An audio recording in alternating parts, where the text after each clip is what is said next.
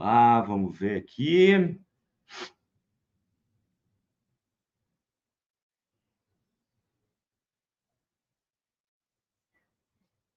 Vamos ver se já estamos chegando até vocês.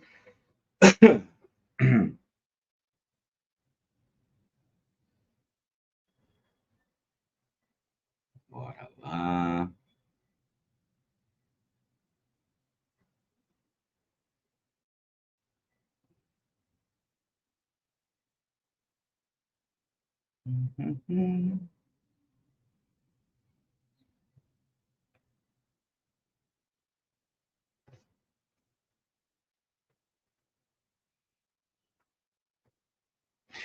Muito bem, muito bem. Vamos ver aqui. Parece que estamos ao vivo, sim, já chegando para todos. Muito boa noite, meus caros, minhas caras. Sejam bem-vindos e bem-vindas a mais uma live do canal Doni Correia, uma teia de ideias. Este canal conduzido por mim, seu anfitrião, como sempre digo, Doni Correia, mestre e doutor em Estética e História da Arte pela USP, membro da Associação Brasileira dos Críticos de Cinema, a Abracine, e da Associação Brasileira dos Críticos de Arte, a ABCA, além de professor.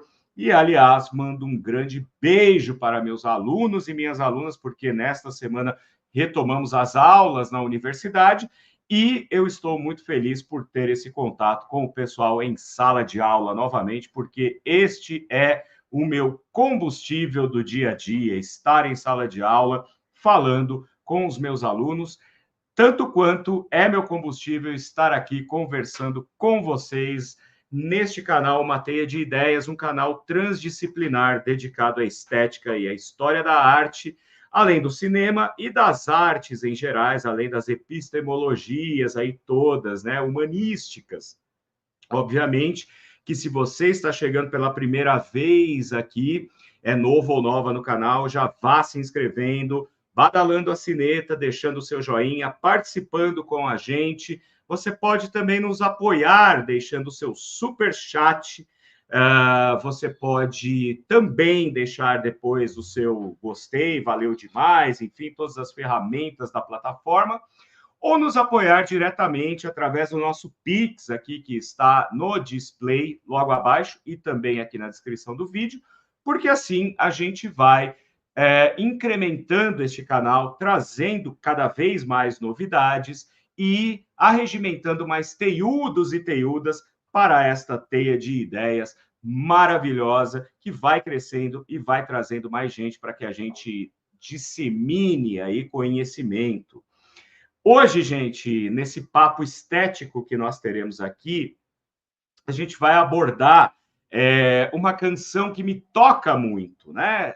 Sempre me tocou desde que eu a ouvi esparsamente quando eu era aí o Doni do Velho Testamento, lá atrás, nos anos 80 ou anos 90, talvez, mas que depois passei a ouvir, depois de mais velho já, passei a ouvir com maior recorrência, aprendi a cantar toda a letra, e eu, como né, vocês que seguem e estão acostumados ao canal, sabem que né, eu tenho a minha graduação em letras, portanto, né, e também sou poeta, e, portanto, gosto de analisar ali as minúcias da composição, né, as minúcias da escrita de uma letra musical, de uma poesia, enfim. E essa música dentro do corpo, né, de músicas dessa banda Legião Urbana, né, que a gente vai abordar aqui hoje, sempre foi a que mais me tocou. E eu estou há bastante tempo para fazer esta live, mas eu precisava encontrar pessoas que, assim como eu, consideram essa música acima da média, uma das mais representativas dos anos 80, né? Principalmente porque de alguns anos para cá, vamos dizer, de 15 anos para cá, eu ouço essa música muito mais, porque foi minha esposa, Luciana, que me ensinou, né, a cantar a letra dela, né, a decorar a letra, né, e me contar histórias de quando a Lu ouvia a música no rádio, de fato. Eu não tenho essa memória tão clara, porque eu ouvia outras coisas no mesmo período. Mas ela é apaixonante, né? Não só a minha esposa Luciana, mas a música em si. E eu convidei duas pessoas muito especiais para bater esse papo com a gente. Eu vou colocá-los aqui na nossa tela para apresentá-los. Em primeiro lugar, claro, eu tenho a Juliane Mucuri, que é uma escritora e uma apresentadora também de um programa muito interessante que está no canal da UNB, aqui também na plataforma, vocês podem conferir, depois eu vou deixar ela fazer o jabá todo aí, né, como eu sempre faço com os meus convidados, e o meu querido Sal, né, que já é da casa. O Sal é aquele que chega em casa, abre a geladeira, já vai abrindo a cerveja, já bota o pé em cima da mesa de centro, né, já esteve aqui várias vezes para bater papo com a gente. Então, eu quero dar boa noite para vocês e agradecê-los sobremaneira, né, pelo aceite aí a este convite para falar sobre a música Acrylic on Canvas, né, do álbum 2 do Legião Urbana. Boa noite, gente. Ju, por favor, faça as honras. Será que a Ju travou? Será que ela travou? Ah, não, agora... Bem na hora da entrada, só para fazer uma grande entrada. Faça as honras, minha querida, por favor. Gente, para quem não sabe, eu escrevi um livro que é resultado da minha tese de doutorado, que é esse aqui. Renato o Russo. É. Olha o golpe, olha o golpe. Para a gente não ser pego por aí em brigas judiciais. E ele vem em 3 cores, ele é lançado pela Garota FM Books, da Cris Fuscaldo, que é uma editora que preza por publicar pessoas que estão falando sobre música a fim de construir um legado, uma história da música brasileira. Eu fico muito feliz de ter feito esse trabalho, que é a análise das letras de canção do Renato. E aí, claro, a sua escolhida para o nosso tema de hoje, que é a minha favorita de todas. Olha aí, já falei isso no canal do Sal, então estou liberada da polêmica. A gente vai falar sobre Acrylic on Canvas. Adorei o convite, viu, Doni? Muito obrigada. E obrigada por me reunir de novo com o meu Salzito. Olha o Salzito aí. E aí, Sal, boa noite. Como é que anda essas pitadas aí no seu canal? Cada vez mais crescendo e trazendo gente importante lá. Pois é. Fico super feliz, o canal está ali crescendo devagarzinho, mas crescendo com qualidade sempre, graças a Deus. Um prazer estar aqui na presença da minha querida amiga Juliane. A gente fez uma série de lives ano passado incríveis, onde a gente analisou, né, de janeiro até o meio do ano, mais ou menos, né, Ju? Toda a discografia de estúdio da Legião Urbana, recebendo convidados incríveis. Estou falando ali de Maírton Bahia, Carlos Trilha, o Fratesc, nosso querido Fratesc, que foram lives incríveis assim, né? Que a gente teve altos papos muito bacanas. Foram, assim, eu sabia que ia ser bacana pela presença da Ju, que já foi um ganho danado que minha querida Cris Fuscaldo me apresentou, mas foi além das expectativas, né, Ju? Foi muito bacana ali. Rolou, né, Sal? Rolou, deu liga. Que a gente e a Ju quem me apresentou foi o Sal, né? Então, quer dizer, é uma rede, né? É uma pequena máfia de adoradores de coisas boas. Eu acompanhei cerca de 90% dessas lives todas que vocês fizeram, passeando pela discografia. O barato desse trabalho, Doni, são essas amizades, sabe? Essas conexões. Sim. Eu conheci você, que hoje eu chamo de amigo, fazendo live no Pitadas do Sal. A Ju, né? Fazendo live no Pitadas do Sal. E hoje são meus amigos, são sócios, né, do Pitadas e tudo. Então, o grande barato disso é me aproximar e conhecer pessoas com interesses em comuns, sabe? Com a arte, com a música, com o cinema, com os quadrinhos. Esse é o maior barato. E quando você falou da ideia, né, antes de até de surgir o convite, da música, eu falei, cara, é minha música preferida da Legião Urbana e é a música preferida da Juliane. Aí fechou tudo, cara. Estou super feliz de estar aqui hoje com vocês. Obrigado. Que maravilha! Antes da gente entrar no nosso papo, e que vai ser muito rico, com certeza, quero dar as boas-vindas aqui ao pessoal que já está chegando, né? Minha querida mãezinha, Zuleika Manprim, dando boa noite a todos, né? Sempre a primeira a chegar e a última a ir embora, né?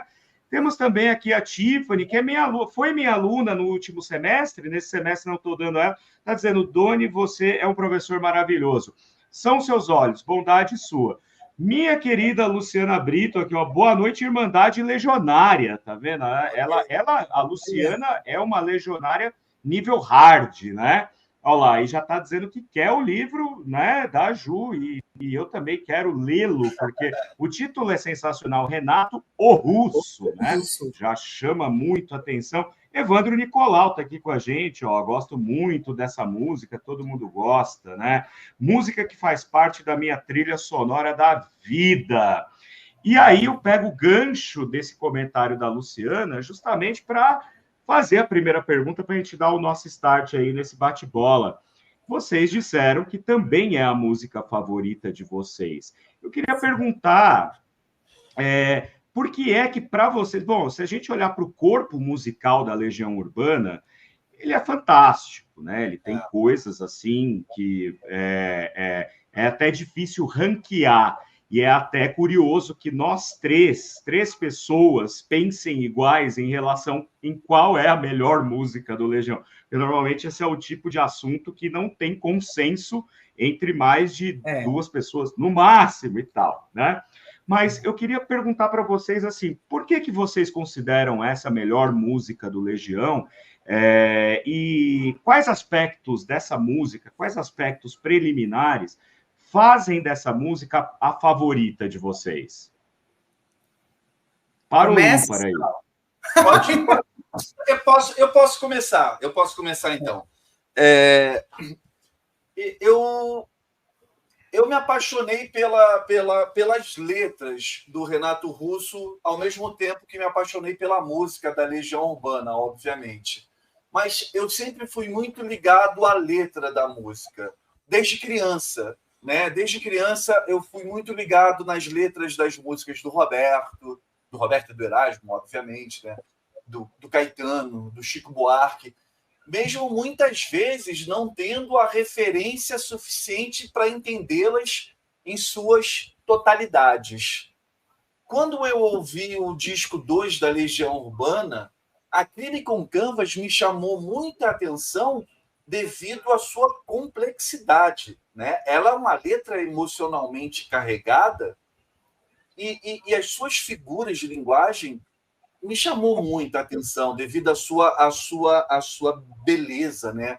Aquela coisa metafórica, o uso dos elementos de pintura, né? Da arte, dos quadros, das tintas, dos pincéis, para contar aquela história. E eu era... O disco é de 86, né? Eu tinha 15 anos apenas. Mas, mesmo assim, eu me conectei com aquela canção, com a forma do Renato Russo cantá-la e contá-la. E ela só ganhou mais significado para mim com o passar dos anos. Eu cada vez mais fui gostando da obra da Legião, das outras canções e tudo. E hoje, aos 53 anos de idade, o Legião Urbana 2 é o meu disco preferido da Legião Urbana e Acrílico on Canvas segue sendo a música mais bonita da Legião Urbana para mim por tudo isso. A gente vai contar mais sobre ela e tudo, não quero me estender aqui na explicação, mas é essa conexão. Eu escrevi, né? Foi na época, eu escrevia, nunca mais eu escrevi, faz anos que eu não escrevo, letras de música que alguns amigos na adolescência diziam que eram poesias, o que me deixava muito orgulhoso. Mas eu costumo diferenciar assim, letra de música de poesia. Eu escrevia letra de música, eu sempre tive o intuito daquelas coisas que eu escrevia nos meus cadernos, eu queria que fossem músicas, sabe? Que alguém musicasse para a minha banda de rock and roll que eu tinha vontade de fazer na minha adolescência e tudo. Então, e eu gostava disso. O Renato, o Cazuza me inspirava. E eu gostava de usar aqueles elementos, aquelas palavras pouco usuais que eu via retratado também nas letras do Renato, tá? E isso me inspirava também. Então, assim, por essa série de elementos que eu curto, tanto a forma, tanto a música quanto a letra de Acrílico on Canvas. Muito bem. Gente... Você escreveu um livro a respeito das letras, né? Todas. E então é óbvio que você fez uma verdadeira autópsia em todas as letras. E ainda assim você afirma que Acrylic on Canvas é sua canção favorita. E aí? Mas tem um aspecto aí que eu acho que não é racional, sabe? Não é uma coisa assim da gente elencar racionalmente. Eu tinha também 15 anos, Sal, na época do lançamento do disco, e eu lembro do meu estranhamento quando eu entrei em contato com essa letra no rádio, assim. Eu falei, gente, o que é isso? Primeiro que a gente não entendia nada. Eu não tinha conhecimento artístico suficiente para entender que ele estava fazendo uma comparação, trazendo coisas, construindo metáforas. Isso a gente não dominava ainda naquela época, né? Mas era de uma beleza, um negócio tão esquisito, assim, né? E o tom do Renato, esse grave do Renato, essa batida do baixo, tudo causa uma primeira impressão que foi totalmente diferente de qualquer outra coisa. E aí a gente já começa a falar também um pouco de tudo que o Renato faz. Tudo que o Renato compôs, que ele pensou, que ele colocou letra, que ele colocou a energia dele, tem um diferencial. E aí parte o meu interesse para estudar essas letras todas, porque me fizeram essa pergunta, né? Renato é poeta? Aí eu falei, bom, no que a gente entende que é poeta, vamos chamar de cancionista, né? Que ele é um cara plus, assim, ele é mais do que poeta. Não é só poeta. E a Acrylic on Canvas, para mim, ela faz um grande apanhado de várias coisas que contam muito sobre quem foi Renato Manfredini Júnior. E quem foi essa persona, o Renato Russo, né, e tudo assim, que é esse elemento amoroso que a gente já começa a ver aqui, é esse elemento que ele coloca dessa paixão platônica, do sujeito que sofre, que eu acredito que nos encontra em diferentes fases da vida, porque a gente vai descobrindo que os relacionamentos são isso. Na adolescência, quando eu escutei, eu não tinha bagagem cultural ou sentimental ou vivência suficiente para entender o que ele estava dizendo aqui. E hoje, aos 43, quase 44, eu entendo por que essa canção ela gera esse estranhamento tão grande, né? Aquilo que a gente conversou muito, né, Sal? O Renato, ele é um autor para todas as fases da vida. Verdade. Volta estudantil, da revolta política, desse sujeito que está se descobrindo no mundo, do sujeito amoroso, do sujeito que sofre, do sujeito depressivo, do sujeito esperançoso. Então, assim, o Renato Russo, tem quem não gosta de Legião Urbana, tem quem não goste de Renato Russo, tá? O gosto é uma coisa muito peculiar, mas ele é um artista que deve ser exaltado e respeitado pela pluralidade e essa capacidade dele de abordar tanta coisa, né? E eu acho que essa música ela é meio que caleidoscópio de tudo isso, Doni. Eu acho que ela centrifuga, sabe? Exatamente. É essa ideia que eu tenho dessa música, né? Inclusive, a Lu tá falando exatamente isso, né? Exatamente, Ju. Na época, eu não entendia nada, mas achei tão lindo. Por quê? Porque aí a gente liga o modo Doni formado em letras, que teve que ficar estudando teoria da literatura lá o tempo inteiro, né?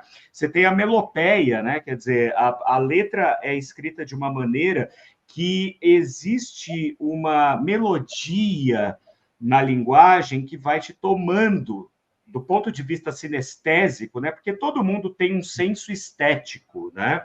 E o senso estético, ele é óbvio que existem tratados sobre estética, mas no final das contas, o choque estético, a percepção estética, ela é muito pessoal. Ela tem muito a ver com o impacto que nós temos quando nós tomamos contato com as coisas, com os outros, né? Para mim, eu digo que essa música, dividindo aqui com vocês, né, em cima dessa pergunta que eu fiz para vocês, é como eu falei, né? Quando o 2 saiu, que para mim também é o melhor disco do Legião, né? Eu tinha 6 anos, né? Então, o que eu ouvia? Eu ouvia, assim, às vezes Índios tocava na TV e tal, e meu pai sempre foi um melômano, né? Um amante da música, mas ele era um cara que ouvia coisas do tempo dele, meu pai e minha mãe, e minha irmã, ela gostava de uma coisa um pouco mais pop. Minha irmã é mais velha, né? Então, eu ia meio que na cola dela. Provavelmente eu devo ter ouvido Acrylic on Canvas aí no rádio, em algum momento e tal, mas nos anos 90, quando eu já tinha minha autonomia de gosto musical, que eu comecei a selecionar aquela seleção que a gente faz ao longo da vida de coisas que gostamos mais, menos, e provavelmente eu devo ter ouvido de novo Acrylic on Canvas na 89 FM, mas eu me lembro que eu comprei as 4 estações em CD quando eu tinha 18, 19 anos, por causa do Eu Era um Lobisomem Juvenil, que para mim é a terceira música, né? A segunda é Metal contra as Nuvens. E aí, quando eu comecei a namorar a Lu, que é fanzaça do Legião Urbana, a gente ficava ouvindo Legião Urbana noites a fio, né? Porque a gente é notívago, e ficávamos ouvindo e tal, e de tanto ouvir, eu pensava assim, cara, essa letra, ela tem esse elemento de centrifugar e concentrar toda uma ideia, toda uma poética que o Renato construiu ao longo de uma carreira, mas ela tem algumas sofisticações que outras não apresentam, porque o Renato Russo também ele era muito prosaico, né? Ele era muito de colocar nas letras aquela emoção imediata, que às vezes não tem a artesanaria da poesia, do poeta. Aqui, primeiro, que a gente já sai com uma metáfora que é comparar uma relação com o universo das artes plásticas, né? Isso já é altamente sofisticado se a gente for pensar em termos de poesia. Só pensando em termos de letra, né? A gente nem falou da melodia. E letras comerciais, né, Doni? Você pensa letras que iam para o rádio e que público esse? Exato. Para um segundo disco que também tinha a pretensão de acompanhar o sucesso do primeiro. Então, você que era mais ambicioso do que de fato saiu, né? Assim, ele era um álbum ambicioso. Era para ser duplo. Exato. Esse material que é super reaproveitado depois, né? Mas, o que me chama a atenção sempre é que o Renato ele tinha essa capacidade de tornar o simples sofisticado. Casando um pouco as informações que você está colocando agora, como ele consegue escrever essa letra para tocar no rádio? Sim. Né? Eu acho que tem a ver com a melodia. Também. Né? Eu acho que a melodia... É uma melodia simples, né? É uma melodia simples, ela gruda, né? E complementando aquilo que a Ju falou, né? De sempre perguntam para ela se Renato é um poeta e tal, eu complemento assim, Renato é um poeta musical, sabe? Eu acho assim, tem poetas e poeta musical. Eu acho a letra, por exemplo, de Acrylic on Canvas uma obra-prima da poesia musical, sabe? Porque sem o Renato dúvida. É esse cara que ele pega uma série de figuras de linguagens e técnicas narrativas para criar essa sensação que a letra me passa de saudade e de um arrependimento, que na época eu não sacava isso, né? Mas que eu me identificava com alguns trechos da letra que me eram fáceis de eu assimilar, como, por exemplo, o verso assim, eu juro que não foi por mal, eu não queria que isso acontecesse e tal. Na época eu tinha uma namoradinha na Crisma. Essa é a parte prosaica que traz, né? Que eu tinha terminado, e aí com aquilo eu me identificava, era um verso assim, prometo que isso nunca vai acontecer mais uma vez, sabe? Eu queria dizer aquilo para ela e não sei o quê. O resto, eu não me identificava, mas eu achava bonito, sabe? Então, o Renato Russo era esse cara que vocês estão falando.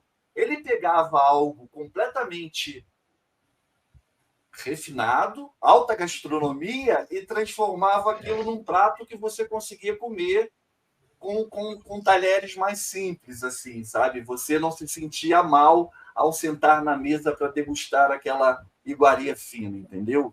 E ele coloca Sim. essas marcas narrativas que você está mencionando, justamente, e era sempre, são as marcas como se fosse o refrão, né? Porque é uma canção sem refrão. Uhum. Como várias, né? Né? É um Renato longo... adorava escrever odes. Né? Aí ele abre aspas e ele dá voz para esse sujeito outro, desse eu lírico não correspondido, mas machucado várias vezes. E aí eu sempre fico na dúvida, né?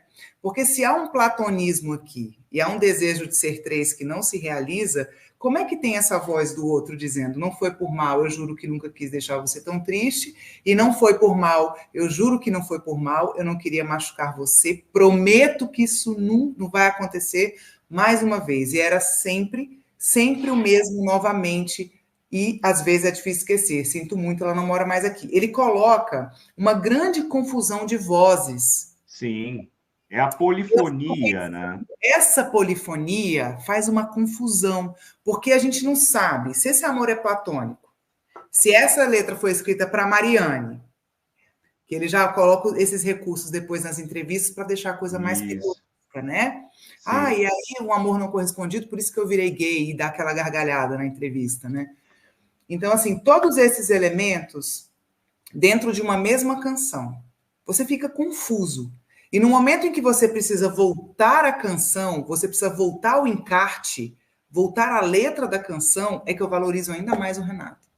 Porque não foi a canção que você ouviu na rádio que ela vai passar por você. É. E aquela coisa das vozes, né, Juliane? Que ele utiliza em algumas letras, em algumas canções da Legião, essa coisa das múltiplas vozes, como em Pais e Filhos. Né? Naquele segmento no intro, na coda ali, né? Que ele vai colocando várias situações. Um eu lírico apenas, né?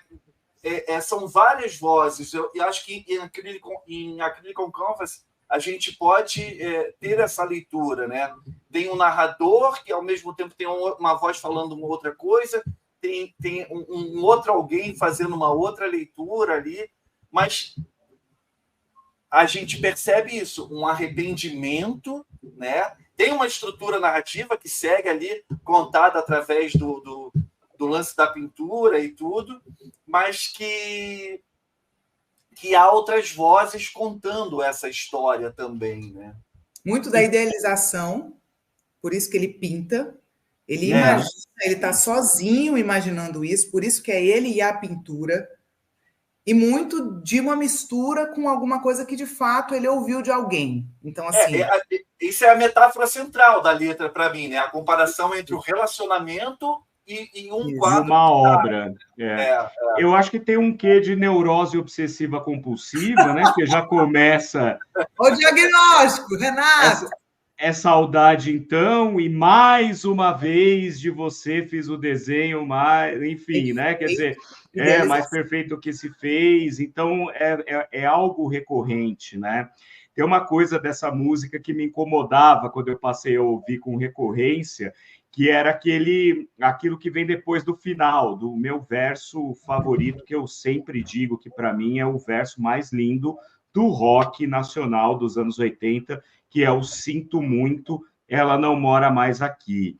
Aquilo que vinha depois me incomodava um pouco, porque eu acho que eu achava, né, que isso fechava de uma maneira muito forte, né? Eu tenho uma tese sobre o porquê da força desse sinto muito, ela não mora mais aqui, ser tão poderoso, porque e sempre me vem à mente os momentos finais do filme do David Lynch, Cidade dos Sonhos, quando a Naomi Watts já sacou que ela passou por um surto psicótico e que a mulher que ela gostava, com quem ela tinha um relacionamento, na verdade a deixou por um interesse em se tornar uma estrela, e ela está deitada, quase em posição fetal no sofá, ela nem chora mais, ela só murmura, porque não tem mais lágrima para chorar.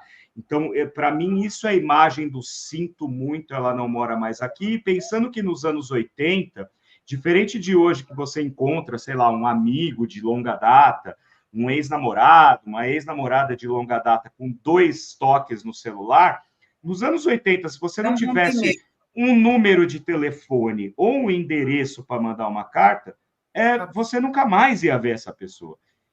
Então, o sinto... Hã? Não tinha Instagram. Não tinha Instagram, não tinha nada. Pessoa, você zerava. Nada.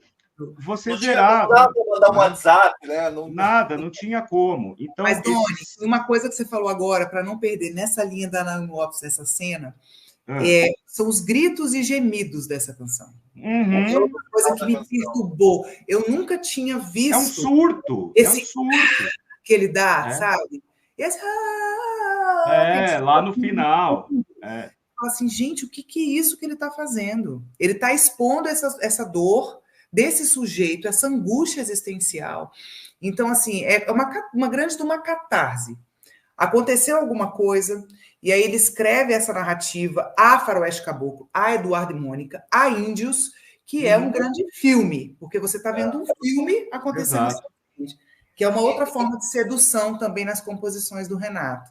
Ou não aconteceu, né, Ju? Porque depois essa parte que me incomodava, hoje já não me incomoda mais. Mas esse é o plot twist, né, que ele dá. É o plot twist, mas então que eu finjo que acredito no que invento, nada disso aconteceu assim, não foi desse jeito.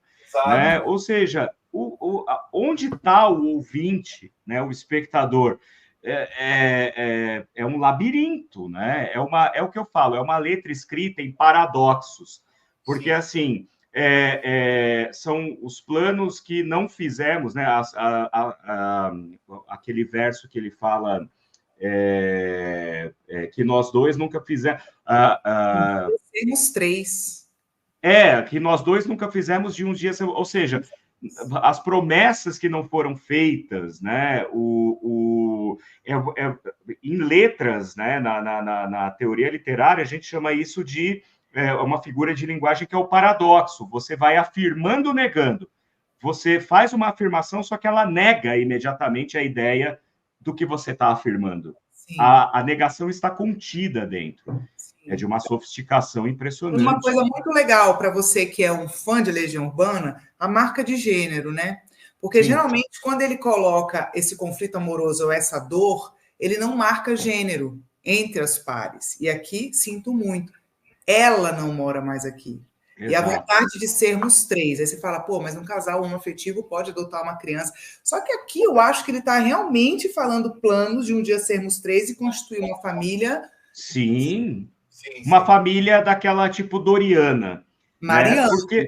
Porque uma família Doriana também caberia numa persona como o Renato Russo, né? Que ia do céu ao inferno em 3 segundos, né? Tudo bonitinho, tudo bem composto ali, de repente aquilo desmorona de uma vez. Né? Eu vendo assim, o Doni falou, né, no início ali do lance de nós 3 gostarmos da mesma canção, o que é difícil em se tratando de Legião Urbana, né, de ter esse consenso. Mas eu acredito que a beleza dessa canção e dessa letra justamente está nessa capacidade de conectar emocionalmente o ouvinte.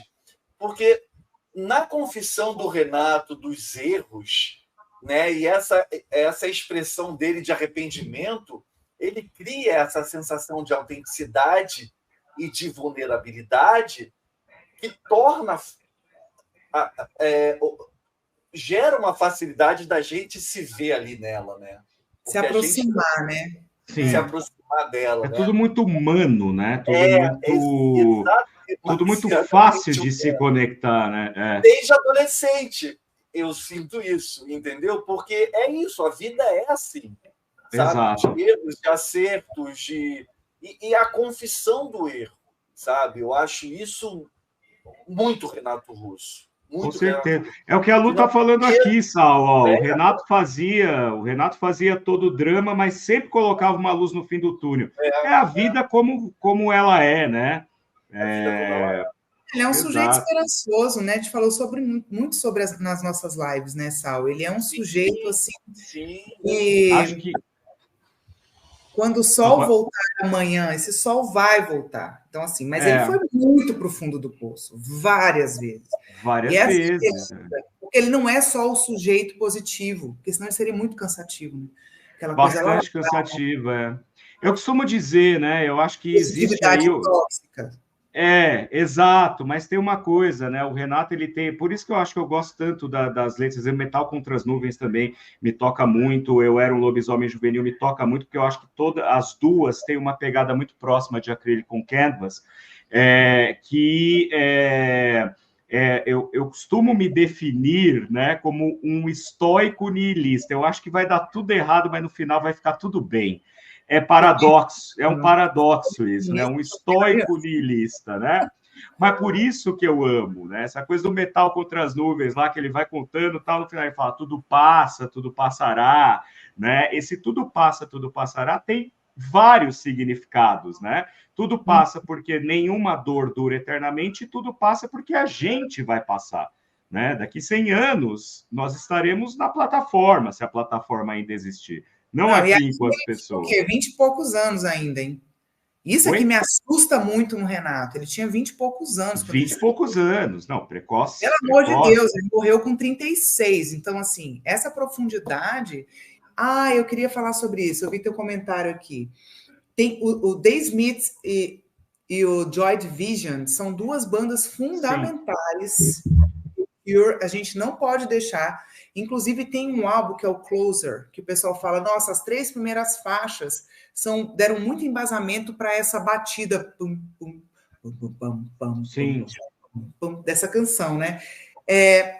Obviamente, gente, porque assim, eram bandas basilares para o Renato, coisas que ele gostava. Para aquela geração toda, né? De uma forma geral. Renato, isso aqui, ó. Olha só. Para vocês que gostam de referência, isso aqui é fundamental, porque é a publicação dos cadernos do Renato da maneira como ele fazia, com todas as referências que ele colocava. E essa canção tem uma coisa que a gente não pode deixar de falar. A irmã dele é a favorita da Carmen, da irmã do Renato. Mesmo? Ele fala, a canção favorita dela, também, né? Ô, Sal, estamos bem, hein? Reunimos um tema ótimo. Estava pintando no apartamento. Vou mandar para a Carminha, vamos marcar a Carminha nessa live. Vamos. Por favor, marca. Porque ela falou para mim isso, ela falou pessoalmente, assim, que também é a favorita dela. E ela tinha as coisas todas no quarto. Ela pintava, o Renato não pintava. Quem pintava era ela. Ele observava ela fazendo e um pouco da inspiração parte daí. Então, ela é parte fundamental dessa canção, tanto que ele dedica também a ela essa canção. É uma coisa que a gente precisa dizer aqui, porque o Renato colhia o tempo todo. Ele é aquele nosso amigo assustador, que enquanto a gente pensa que ele está aqui só tomando vinho, ele está escrevendo um romance na cabeça dele, incluindo a gente. Sim. É isso. Que é o que o Morrissey fazia um pouco também, né? Quando ia compor. Nossa, você fala de Morrissey e Renato delira, né? Mas ele tinha isso de pegar histórias que aconteciam ao redor dele e transformava isso tudo em material para composição, né? Quando via, você tinha virado um sujeito dentro de uma história do Morrissey. Diga, Sal, você ia falar? Não, eu tava ouvindo você, assim, eu gosto dessa coisa dos elementos que ele traz, eu não lembrava, a Ju falou na nossa live, eu não lembrava disso, do lance da Carminha, que pintava e tudo, e eu curto muito essa coisa dos significados, né, e dos símbolos que ele traz, da tinta, e que ele traz o pedaço de lençol, a madeira, de utilizar a cama, né? Criar imagens, né? Ele vai desenhando, né, para a gente. Quando ele traz esses elementos do cotidiano, quando ele transforma isso em parte do processo criativo, né? parece que ele é uma tentativa representativa de reconstruir a memória e a dor de uma maneira física e concreta daquilo, sabe? No lance da pintura. Isso é muito foda. E você pensar que na observação dele, como é diferenciado, né? É aquela coisa do gênio. Eu estava falando isso numa live que eu fiz da Gal essa semana com o Romero, né? Como se vulgarizou a expressão gênio, né? Que a gente deve usar realmente quando necessário. O Renato era um gênio, né? Você observar a sua irmã pintando, fazendo uso e transformar aquele ato numa obra-prima dessa, que a gente está fazendo uma live sobre uma canção, né? Sobre aquele com Canvas, né? Sem dúvida. Isso é sensacional, sabe?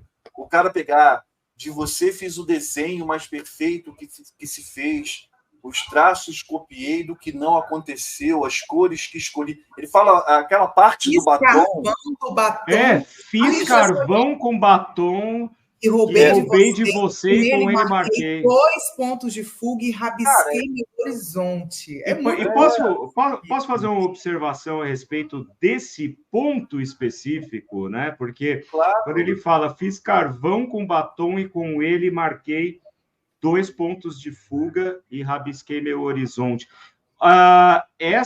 Esse léxico, né?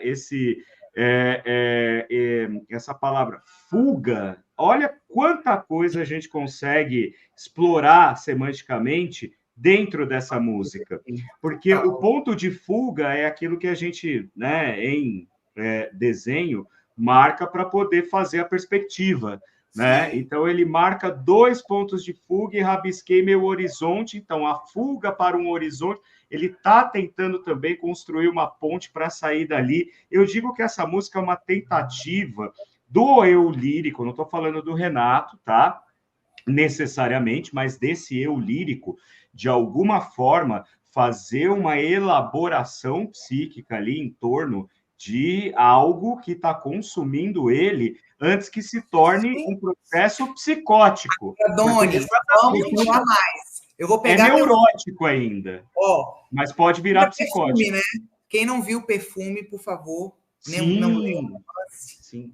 Vocês prestaram atenção que existe um expurgo aqui físico com esse sujeito nessa relação, e com as lágrimas que não brincaram com você, eu destilei o óleo de linhaça. E da sua cama arranquei pedaços que talhei em estiletes de tamanhos diferentes e fiz, então, pincéis com seus cabelos.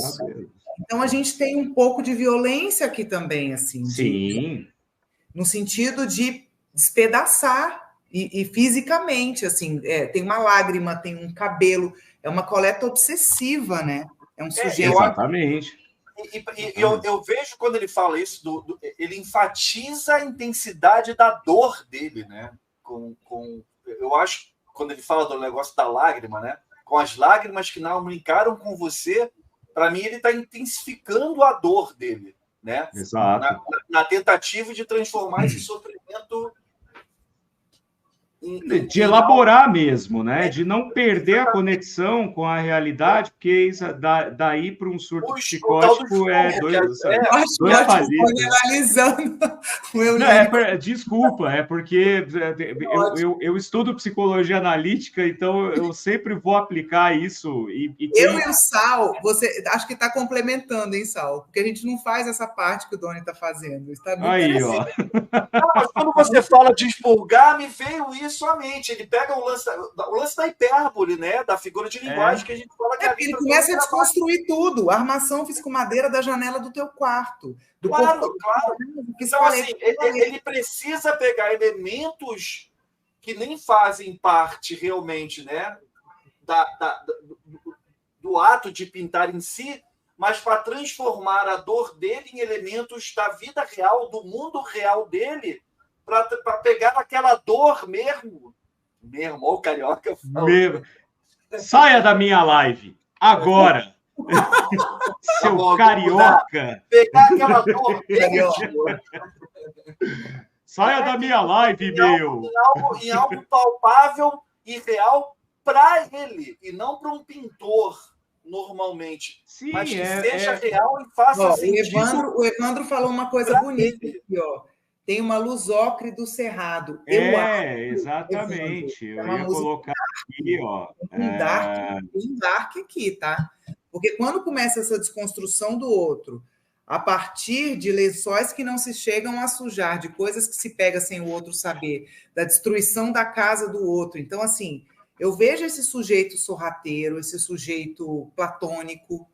Então, assim, até na parte em que se cita a fala do outro, dizendo que magoou ele, que feriu ele, que não tinha intenção, até que ponto isso é real?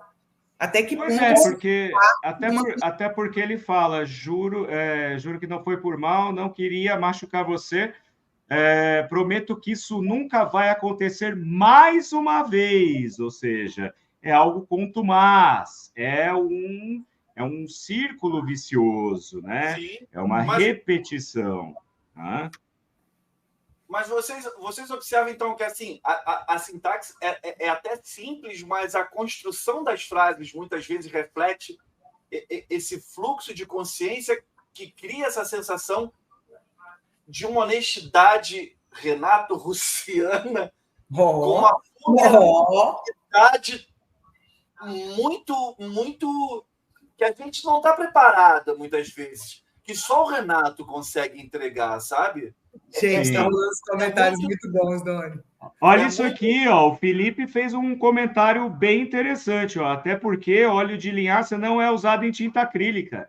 Só que o Renato rebateu isso aí que o Beré falou. Lembra, Sal, para o Renato? Ele falou, sabe o que o Renato respondeu? A tinta é minha, eu diluo como eu quiser. Ah, bom, esse é o Renato, mas, né? Renato, você não pode usar, isso não é verídico a ele. A tinta é minha, eu diluo como eu quiser. Tudo pela poesia, da liberdade poética.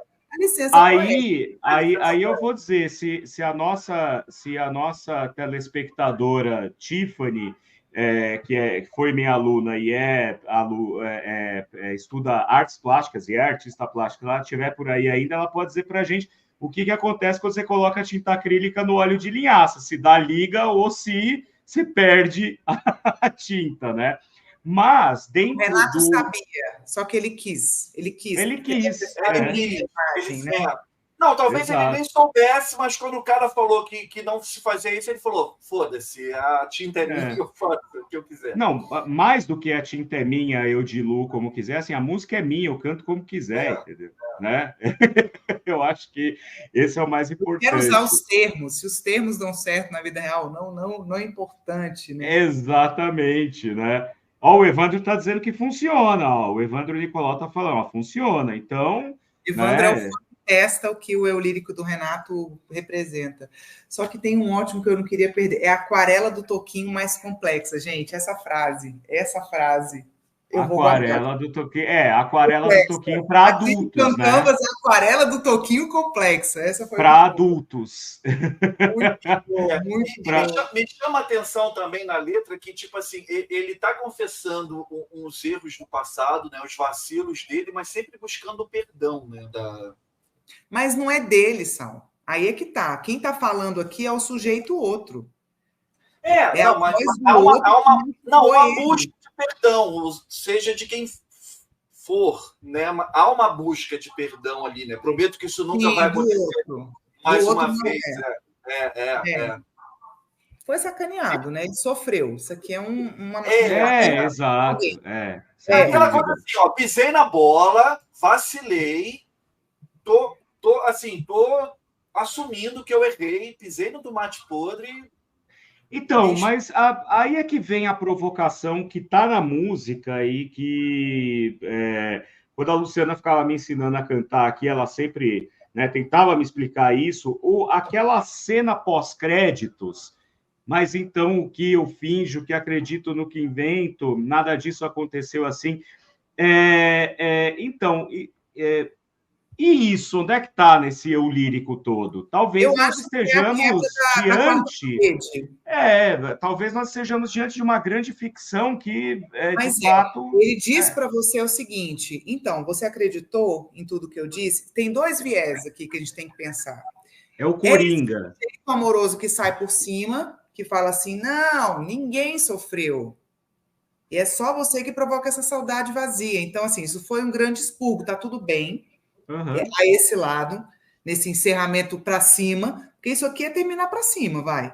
Se você entende que a canção tinha que ter acabado em sinto muito, ela não mora mais aqui, aquele gemido, essa canção seria para baixo. Sim. E aí ele vem, não, mas então por que eu finjo que acredito no que invento? Eu estou consciente. Nada disso aconteceu assim. Nada disso aconteceu. Nada disso aconteceu. Não foi desse jeito. Ninguém sofreu e é só você que provoca essa saudade vazia tentando pintar essas flores com o nome de amor perfeito e não te esqueças de mim. Que é uma imagem. São duas flores, né? São duas flores mesmo. São leves. Uhum. Imagina, depois desse quadro que você pintou, você termina pintando um quadro com floral. Com floral, que tem um nome... Que tem um... Amor perfeito, irônico, né? Aqui vem uma Exato, é irônico. Não te esqueças de mim. Amores perfeitos não existe, né? Não. Desculpa. Desculpa, não tem. Mas se você parar para pensar, a canção é sobre isso. Amor perfeito. Porque eles são perfeitos, gente, lá em cima. O que eu vejo, assim, errou, rolou uma traição, pediu perdão, chegou aí você quebrou a casa da pessoa inteira para fazer um cavalete. Mas aí é que tá o ponto, Sal. Você acha que se trata mesmo de uma traição? Será que não é, na verdade, uma relação que ela tá ali enredada de várias neuroses e de várias... Teve uma traição. Eu não sei se uma traição da confiança ou uma traição de fato de... Eu acho que traição essa não seria... traição a gente não tem elementos suficientes para... eu não sei se foi uma traição de traiu com outra pessoa ou traiu a confiança, não sei que tipo de traição Aí eu vou usar um pouco da biografia, tá? Porque se ele dedica para Mariane, a Mariane tem uma história dos irmãos lá, Flávio, lembra o Lemos, os irmãos Lemos lá? A Mariane ficou com um deles. E aí, ele era afim dela. E ela era prima do Renato. Então, assim, esses elementos todos ficam permeando essa história, porque ele diz que essa canção é para ela e que ela é a musa de todas as canções amorosas. Essa frase é muito boa, gente. Porque né? É a aquarela do Toquinho mais complexa, é isso. Então, assim, se essa canção é para Mariane, a gente tem esse elemento da história, que rolou uma briga entre os dois, o Renato ficou muito chateado, e tem aquele áudio do Renato que fala, né? Essa música eu escrevi no momento em que eu me tornei gay, porque foi a partir de uma grande desilusão amorosa. Ele fazia... Aí que vem, gente, leiam meu livro. O Renato, ele gostava muito de criar elementos para fortalecer as personas dele. A persona não é quem você é, mas o seu outro que escreve, que faz, que a gente chama de eu lírico. Então, assim, quem está escrevendo aqui não é o Renato Manfredini Júnior, é um eu lírico. Parece também... É a persona Renato Russo. Então, tipo assim, muitas vezes eu refleti sobre o verso nada disso aconteceu assim. Pode soar. E o Renato me passa muito isso, sabe? Esse verso me reflete às vezes, muitas vezes, como uma luta do Renato, daquela luta assim, da realidade e a fantasia, sabe? Mostrando a dificuldade do Renato de distinguir entre o que foi vivido e o que foi idealizado por ele. Total. É isso. Você sabe que o Dado fala que ele escreveu como que o 2 seria, como seria o lançamento desse disco. Está aqui no livro da Cris Fuscaldo, gente, ó, Discobiografia Legionária. Eu tô chata hoje nessa aula, porque alguém comentou lá nos nossos vídeos que eu tinha que dar as referências. Então, hoje eu estou dando referência de tudo, Doni, para você não ficar brigando com seus fãs depois. Não se preocupe. Mas tem que estar na... Mas aí tem que estar na ABNT, tá? Você vai dar a referência, tem que ser a ABNT. Sempre tem uns falas, né? Mas ele era muito metódico. Ele era muito metódico. Então, assim, isso aqui é contado, né? Que eles já chegaram lá com essa base... E aí ele constrói essa letra, eles fazem um processo criativo juntos, e o Maírton Bahia conta isso, falou inclusive para o Sal na live, gente. Vamos ver essa live. Essa live é sensacional, galera. Linda. Vocês que estão vendo, vocês que seguem meu canal aqui, que não conhecem ainda o canal Pitadas do Sal, vão lá. E já que a gente está conversando sobre Legião aqui, procurem essa live com o Ayrton Bahia, porque é sensacional. Que é o produtor que construiu, né, essa melodicamente, o que é o Legião, e viu essa música nascer. Aqui, que essa música ela foi construída assim, se tinha uma base melódica, e aí, Doni, você falar que a música em si, ela é sinestésica, é porque eu imagino, você já compõe cantando.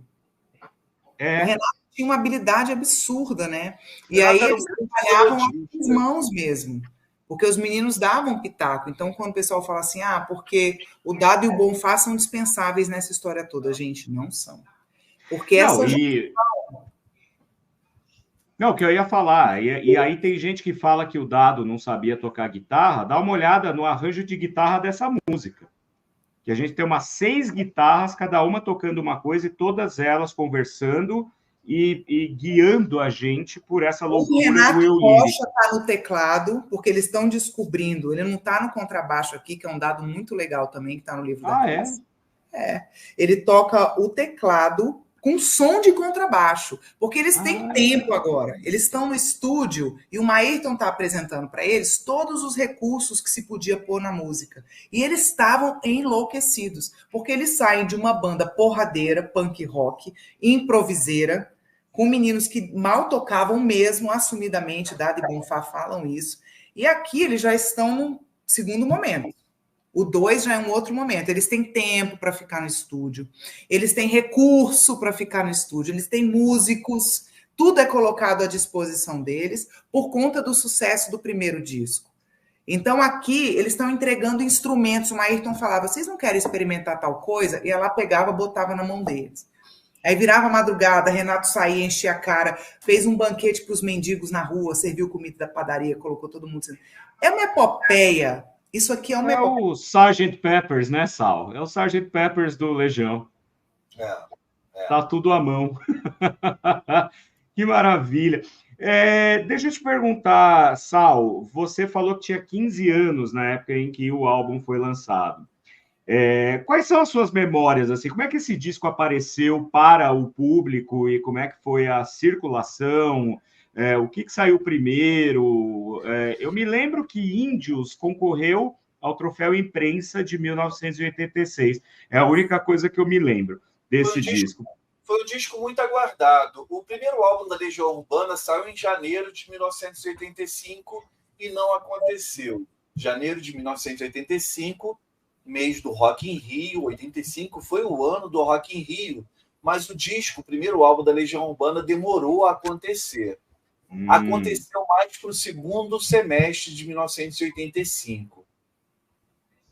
Aí houve um grande boom do rock brasileiro, né, no segundo semestre. Houve no primeiro semestre de forma mais modesta, mas com o Rock in Rio, ele realmente explodiu para todo o Brasil, né?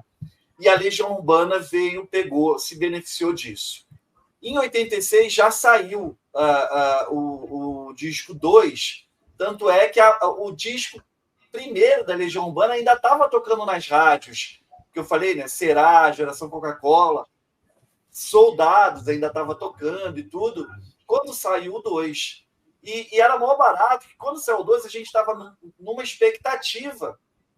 E o disco abre com o dial do rádio girando e toca um trechinho de Será. E era muito diferente a sonoridade do primeiro, o que, de certa maneira, causou um certo susto na galera, mas foi muito bem-vindo, porque o disco abre com Daniel na Cova dos Leões, que é uma porradinha, mas muito, muito bem resolvido o som, parecia mais polido do que o primeiro e tudo.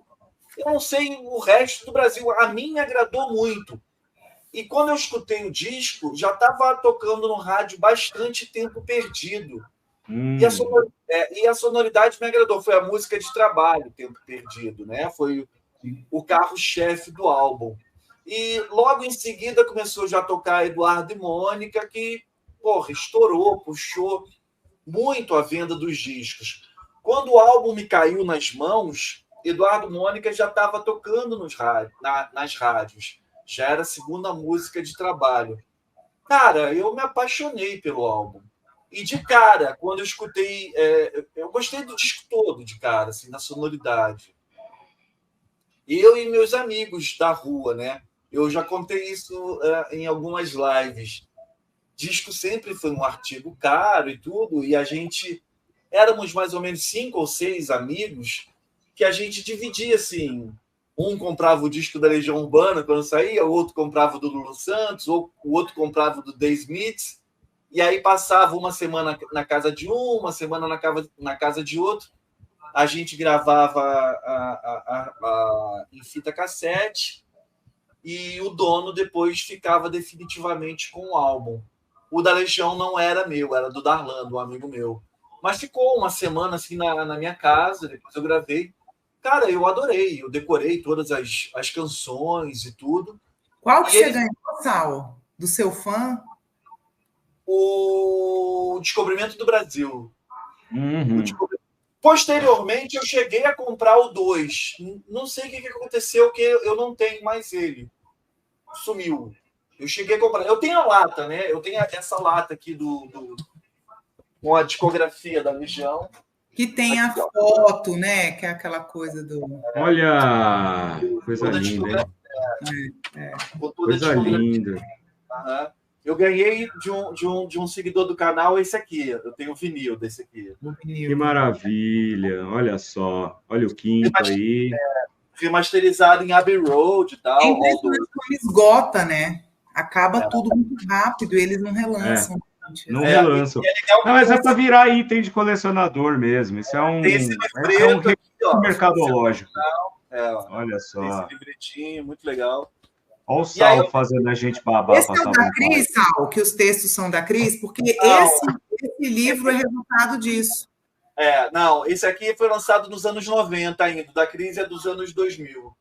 Tá. O da Cris eu não tenho, é um outro box. Eu acho que é o que eu tenho, que é todo branco. Isso, é o todo branco. E aí, Doni, você me perguntou, foi muito bem recebido, vendeu muito bem, vendeu mais do que o primeiro, assim. E eu acho que o 2, ele caracterizou realmente a sonoridade da Legião Urbana. Sedimentou ali, né? O primeiro é muito aquele som pós-punk, daqueles meninos de Brasília e tudo, assim. E não traduz o que a Legião viria a ser.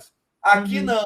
No Legião Urbana 2, eu acho que é o melhor cartão de visita que chama? De apresentação. De apresentação. É quando o Renato começa, né? Com tempo, elaboração, a mostrar... É uma Legião mais madura. E mais sem dúvida. Porque ele estava pirando no começo da gravação desse disco.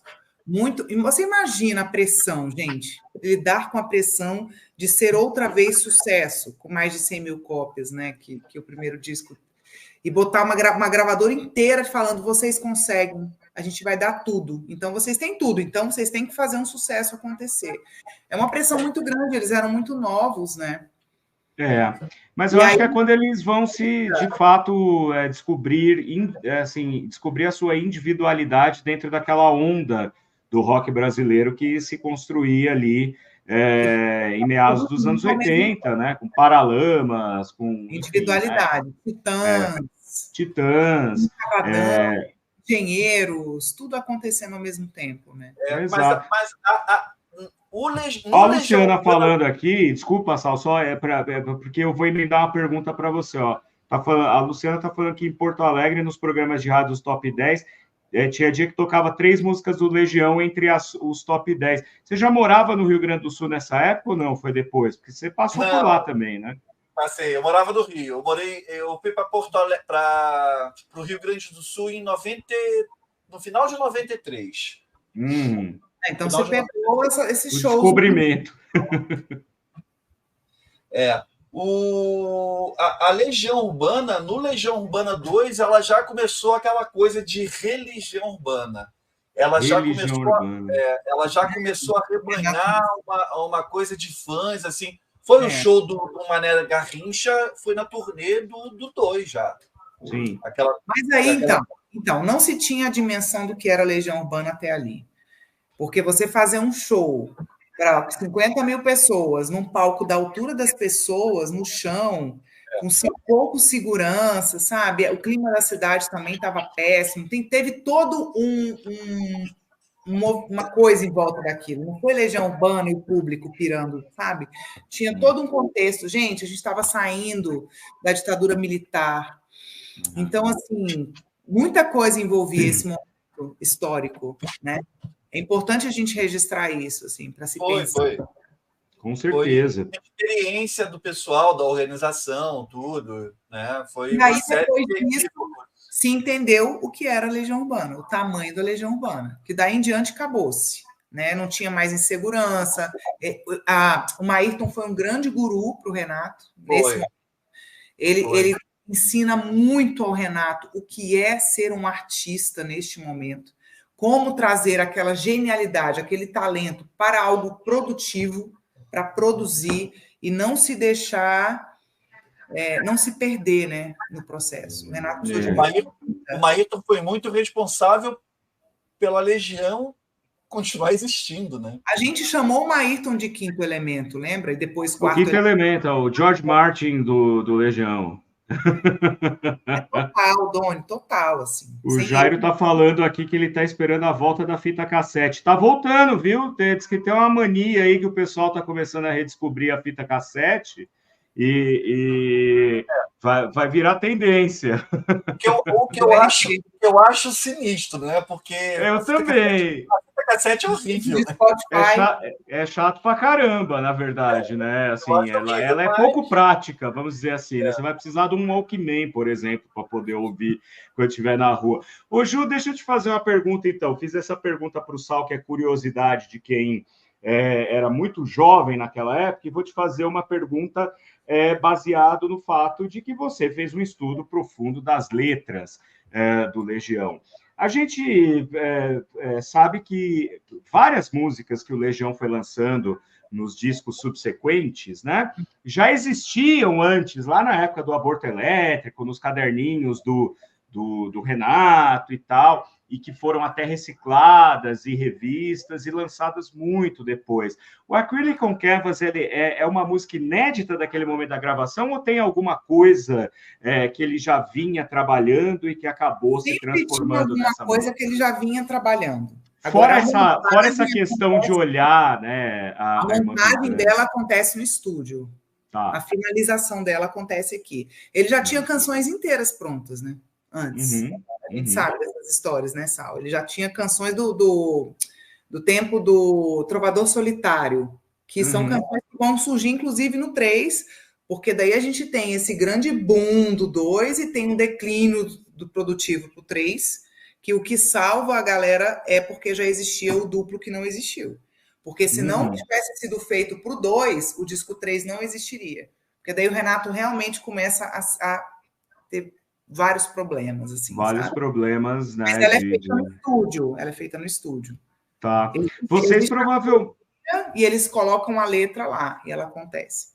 Vocês já devem ter visto, né, aquela demo que circula no YouTube do Legião tocando o Juízo Final, né? Que havia sido pensada para o 2, né? Que é uma maravilha também, né? O Sisters of Mercy, praticamente, né? É sensacional. Era prevista para o 2 também, né? Eu fico imaginando... Eu gosto de fazer esses exercícios de imaginação. Claro que para a história não existe EC, né? Mas como a gente é fã e admirador, a gente fica sonhando com meu sonho é ver esse caderno que o Dado menciona. Pois então. O caderno que o Renato elaborou do 2. Eu queria ver o 2. Como ele sonhou, o duplo. Olha aí, fica um mote para vocês que estão querendo ganhar dinheiro com esse legado. Fazer o 2 como deveria ter sido, porque o Renato colocou a ordem dos 2 discos, lado A, lado B, lado A, lado B, e colocou como que ele queria que tudo acontecesse. Shows, apresentações, onde está esse caderno? Olha só, que bacana. E a Luciana já está falando aqui, né, que sempre que a mãe dela ia comprar o LP para ela, tinha que ver se tinha um encarte dentro, porque tinha isso, né, Sal? A galera meio que surrupiava encartes, né, para poder... Não queria comprar o disco, mas surrupiava encarte para poder decorar gravada do rádio, né? Isso é uma tônica dos Mas anos você sabe que é 80. isso que subsidiou a possibilidade de eu estudar Legião Urbana em letras, né? Sem Porque dúvida. as canções do Renato te levam ao encarte. Então, Sim. esse movimento de leitura, porque a gente ia decorar Faroeste Caboclo, a gente pegava o encarte e ficava lá até decorar. Porque era um grande barato você ter essa letra de cor, assim.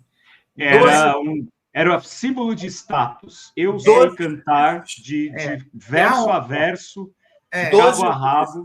12 vezes. 12 vezes. 12 vezes. 12 vezes. Faroeste Caboclo. Eu ouvi 12 vezes Faroeste Caboclo. Na sequência. Lendo o encarte e ouvindo. Na 13ª eu cantei ela sem o encarte decorada. Que beleza. Olha isso. Você foi rápido, cara. Não, eu até hoje não consigo cantar inteira sem tropeçar. Até hoje. É um orgulho para mim.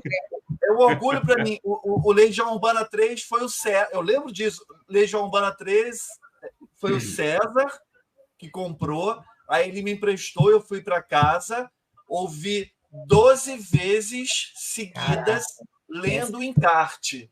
Na 13ª, eu ouvi sem o encarte e cantei junto com o Renato Russo todinha, decorada. Que maravilha.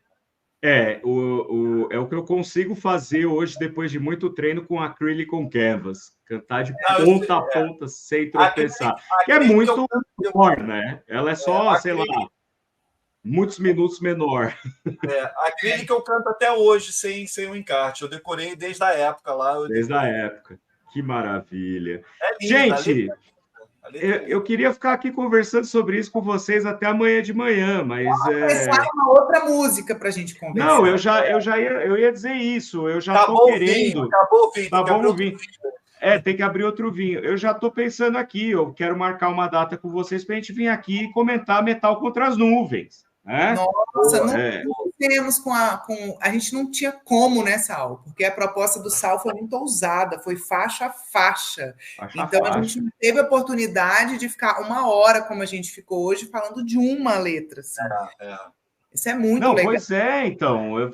Vamos marcar. Se o pessoal está curtindo aí, escrevam, né? Deixem seus comentários, peçam que daí a gente marca. Inclusive de outras letras, hein? Sim.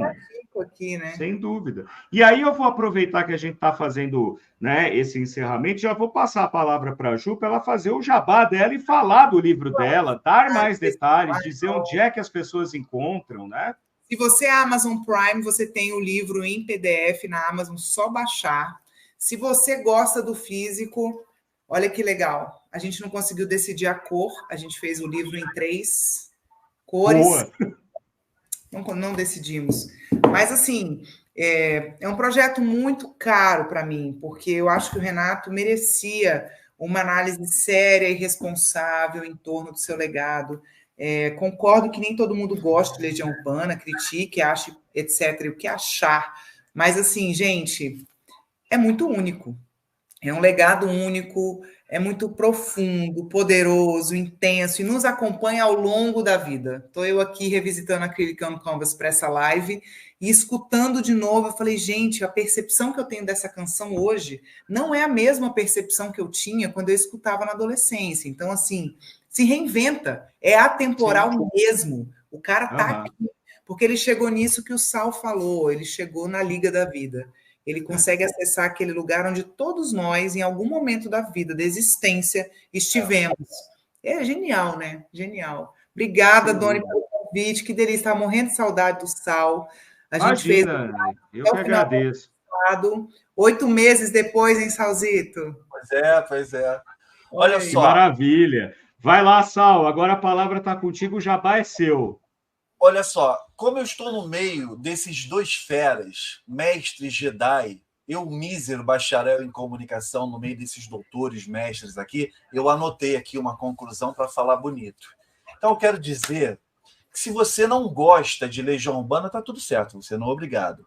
Mas se você não acha Acrylic on Canvas bonito, parafraseando meu amigo Romero Carvalho, o problema está com você. Ouve de novo, até você gostar. A beleza de Acrylic on Canvas reside na sua capacidade de combinar uma narrativa pessoal com uma rica tapeçaria de metáforas e imagens. A metáfora da pintura permite que Renato explore temas de saudade, arrependimentos e idealização de maneira profunda e evocativa. A construção detalhada e sensorial da letra não só transmite emoções complexas, mas também cria uma experiência auditiva que é, ao mesmo tempo, pessoal e universal. O uso da pintura como uma forma de arte para expressar a dor do eu lírico é uma maneira inovadora e eficaz de transmitir a profundidade dos sentimentos envolvidos. Resumindo, Renato Russo é foda. Então,